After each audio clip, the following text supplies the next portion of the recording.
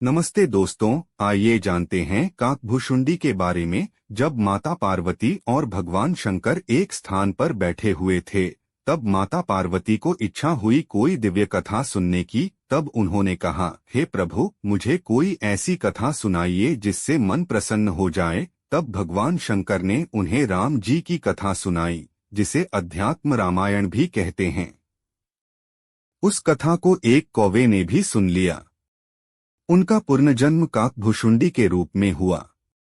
यूं तो पिछले जन्म का कुछ याद नहीं रहता, पर उन्हें याद था। काकभुशुंडी जी ने अपने शिष्यों को सुनाई। भगवान शंकर के मुख से निकली ये पवित्र कथा अध्यात्म रामायण के नाम से प्रसिद्ध है। लोमश ऋषि के श्राप के चलते काकभुशुंडी कौआ बन गए। अब आपके मन ये लोमश ऋषि कौन है, तो चलिए इनके बारे में भी बताता हूँ।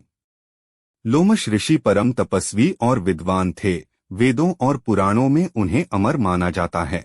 महाकाव्य महाभारत के अनुसार ये पांडवों के ज्येष्ठ भ्राता युधिष्ठिर के साथ तीर्थ यात्रा पर गए थे और उन्हें सब तीर्थों का वृत्तांत इन्होंने बताया था। लोमश ऋषि बड़े बड़े रोमों या रों वाले थे। इन्होंने भगवान शिव से यह वरदान पाया था कि एक कल्प के बाद मेरा एक रोम गिरे, और जब इस प्रकार जब मेरे शरीर से जब मेरे सारे रोम गिर जाएं तो मेरी मृत्यु हो जाए। तो अब आ जाते हैं अपनी असली कहानी पर। जब रावण के पुत्र मेघनाथ ने श्री राम से युद्ध करते हुए श्री राम को नागपाश से बांध दिया, तब देवश्री नारद जी के कहने पर गिद्धराज गरुड़ ने नागपाश के सभी नागों को खाकर श्री राम को नागपाश से मुक्त कर दिया था।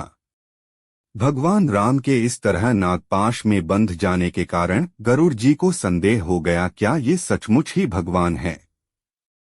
तब देवश्री नारद जी ने उन्हें शंकर जी के पास भेज दिया।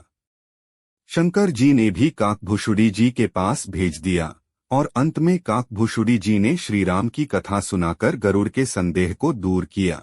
वैदिक साहित्य के बाद जो श्री राम कथा लिखी गई, उनमें वाल्मीकि रामायण सर्वोपरि है। वाल्मीकि श्री राम के समकालीन थे और उन्होंने रामायण तब लिखी जब रावण वध के बाद श्री राम का राज्याभिषेक हो गया था।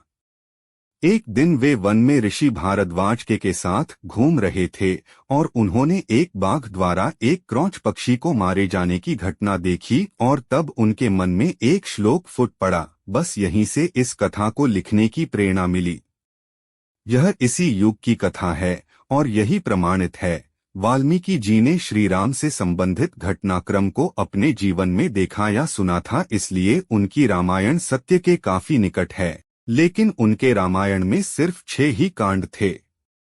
उत्तर कांड को बौद्ध काल में जोड़ा गया। उत्तर कांड क्यों नहीं लिखा वाल्मीकि जी ने या क्यों जोड़ा गया, ये अब भी विचारणीय है। ऐसा माना जाता है कि काकभुशुंडी जी ने 11 बार रामायण और 16 बार महाभारत देखी है।